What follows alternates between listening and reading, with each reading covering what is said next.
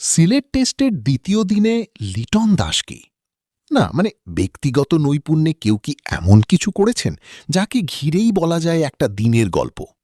না, তেমন কেউ নেই। টেস্টের দ্বিতীয় দিনের গল্পটা সবার। আরও স্পষ্ট করে বললে বাংলাদেশের বোলারদের। দ্বিতীয় দিন শেষে বাংলাদেশ ২৭৮ ও ১১০/৩, পাকিস্তান প্রথম ইনিংস ২৩২, বাংলাদেশ ১৫৬ রানে এগিয়ে।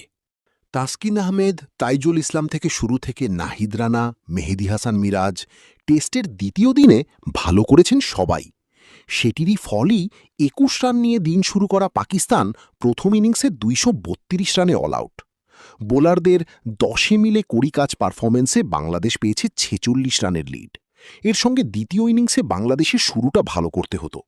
দিনের শেষ ওভারে মুমিনুল হক আউট না হলে বাংলাদেশের মুখের হাসিটা আরও চওড়া হতো। তা না হওয়ায় একটু আক্ষেপ থাকতেই পারে। এজন্য সবার আগে কাল সকালটা ভালোই কাটাতে হবে। ১৩ রানে অপরাজিত থাকা অধিনায়ক নাজমুলের উপরই থাকবে বাড়তি দায়িত্ব। আজ সকালে পাকিস্তান যা পারেনি, এর মূল কারণ তাসকিনকে সামলাতে না পারা। তাসকিন এদিন নিজের প্রথম ২ ওভারেই আউট করেছেন পাকিস্তানের ২ ওপেনার আবদুল্লাহ ফজল ও আজান আওয়াইসকে। ২৩ রানে ২ উইকেট হারানোর পর অধিনায়ক শান মাসুদ ও বাবর আজম ৩৮ বলে ৩৮ রানের জুটি গড়েছিলেন।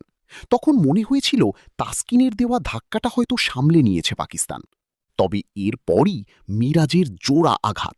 শুরুতে ফেরান ২১ রান করা শান মাসুদকে, এরপর ৮ রান করা সৌদ শাকিলকে।